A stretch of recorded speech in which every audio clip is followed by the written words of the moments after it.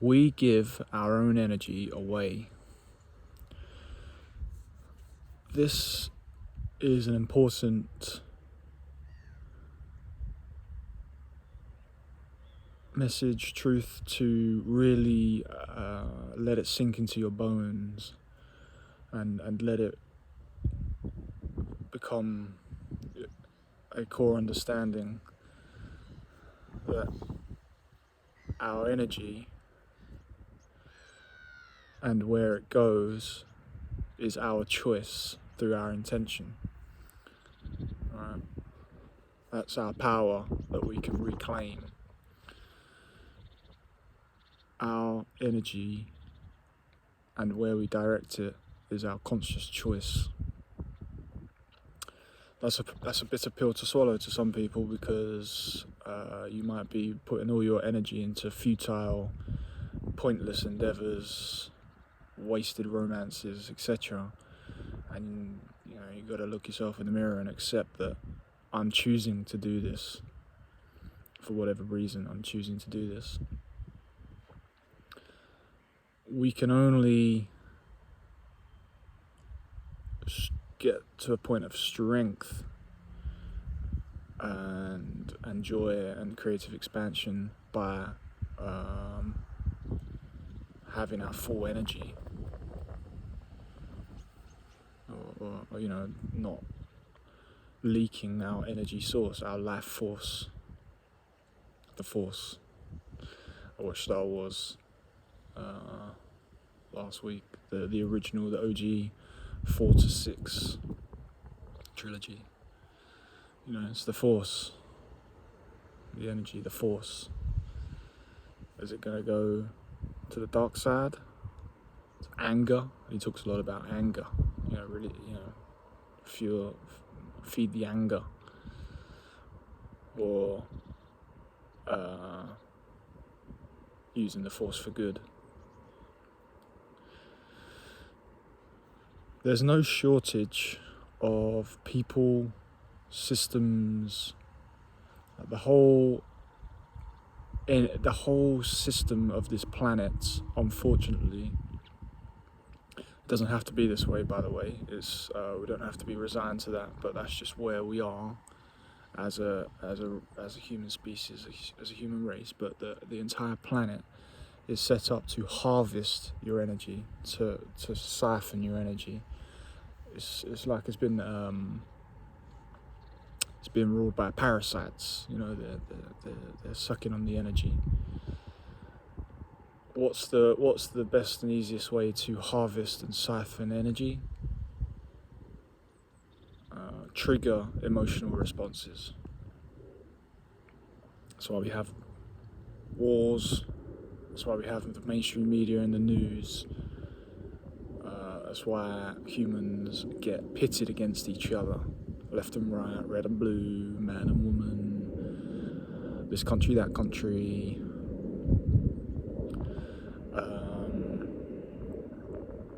It's to generate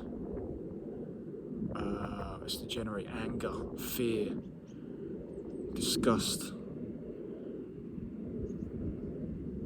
By generating that within us, the system can continue to function, because they require our energy to function. They're not self-sufficient. They're artificial energy systems. And the more identified every human is with this, and the leakier they are, if you have leaky energy, if you're leaking your energy everywhere, and you're caught up in the news cycle, you get angry at your parents and resentful, you're in a job you hate, and you're just in this kind of emotional turmoil and hate, and then you're excessively drinking and vaping and all this stuff. If that's you probably feel an underlying current of just weakness, of lacking energy. And then we take, we drink Monster Energy. We do things to do, but that's because our thought energy is going outside of us to things we can't control, and playing into the traps of people and systems that are harvesting and siphoning our energy. They need energy to survive. They can't generate like an economic system or a football club or your neighbor, like they can't generate energy within, or they're not, because obviously energy can't be created nor destroyed, but where they're an artificial system, they're not plugged into the energy source. It requires outside energy to energize it with thought energy, with attention. And we're conditioned from very early to leak energy. And it takes growing up, it takes maturity, it takes wisdom, it takes living wisdom, it takes quieting the mind so you can listen to the inner guide. It takes some of this to even realize where your energy is going. So our energy is our most important currency. We come into the world high vibrational beings. The sun, the water, the food all energizes us, energizes our system.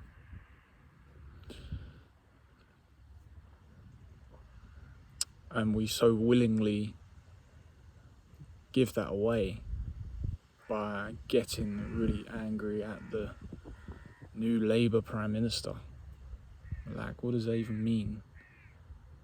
You're giving your power away. We have the power to determine our own fate.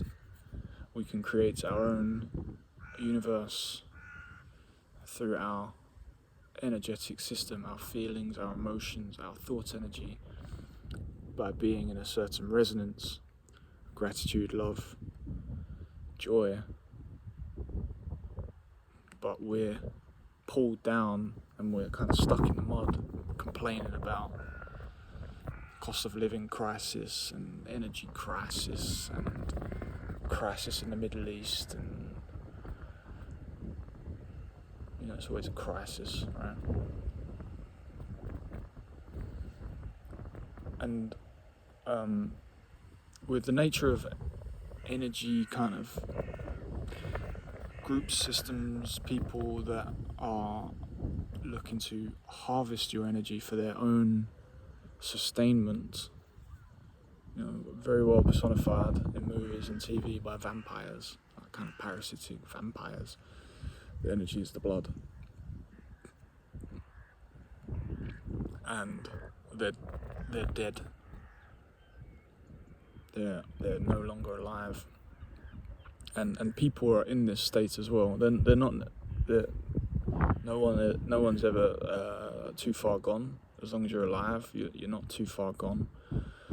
But there are people that are pretty close to too far gone. They're about as kind of stuck in the mud as you could ever get, and where their energy is so porous and just leaving them, and they just have no energy.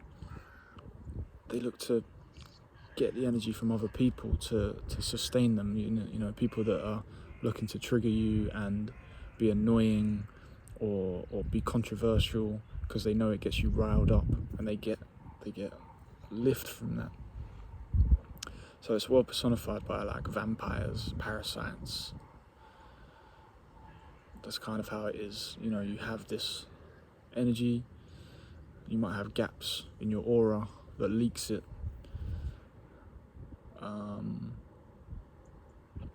And there's no shortage of people or systems that will take it. If there's a leak, if there's an energy source that's leaking, they'll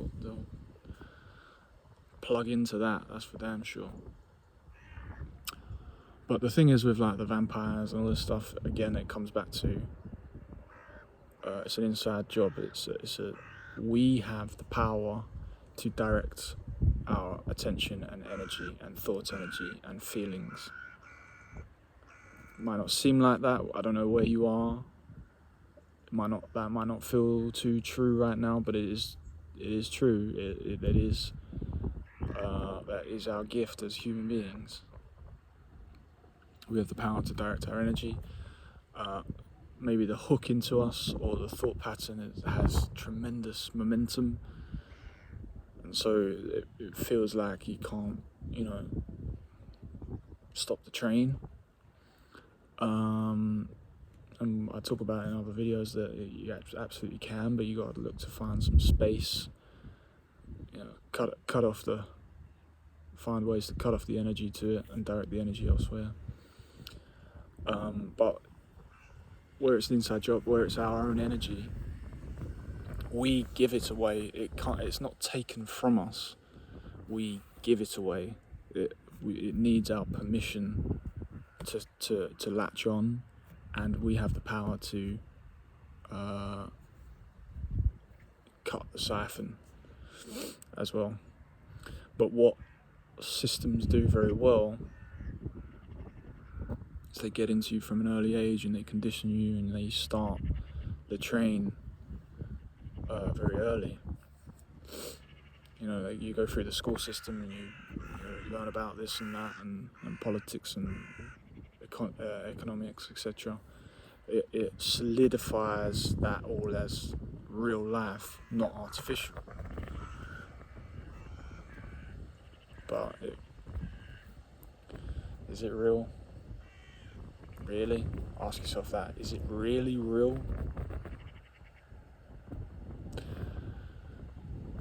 And religion does this really well as well. You become staunch follower of Jesus or a staunch Muslim.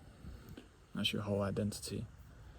And that doesn't mean you can't be in joy as well. But there's a very fine balance. It's a grey area, and you have to be very discerning where you're choosing to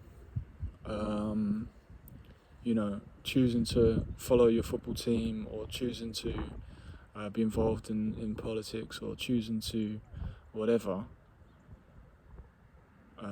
or it's done out of obligation and guilt and resentment, which is down here.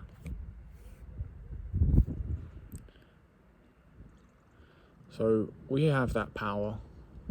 You woke up today, your eyes are open, you've clicked on this video, you understand. You might not hear it yet, properly, depending on your receptivity, your perception, your understanding, your willingness to hear it. But just test it against your inner guide. How do I feel about what I've just heard? I don't agree with that. That doesn't really resonate with me. That does. Just start that process. And start the process of recognizing your energy source, your life force, and areas that you'll invest in that. I heard a quote that energy is like currency, and you have the power to choose where you spend it. And you might feel obligated to spend it on your bills and your tax. But you don't actually have to. You want to. You feel like you need to, whatever. But to the right of me, there's a guy in a tent over there. I don't think he pays for food, I'm sure, but yeah, he's living.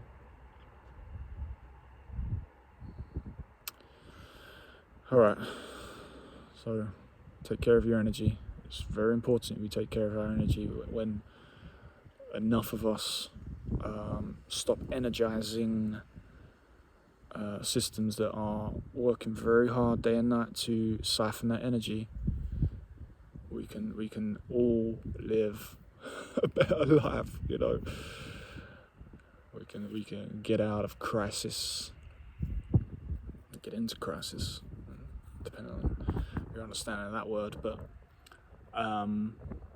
yeah, cool. That's all I have. Did it last time. I'm gonna throw out another movie I watched yesterday.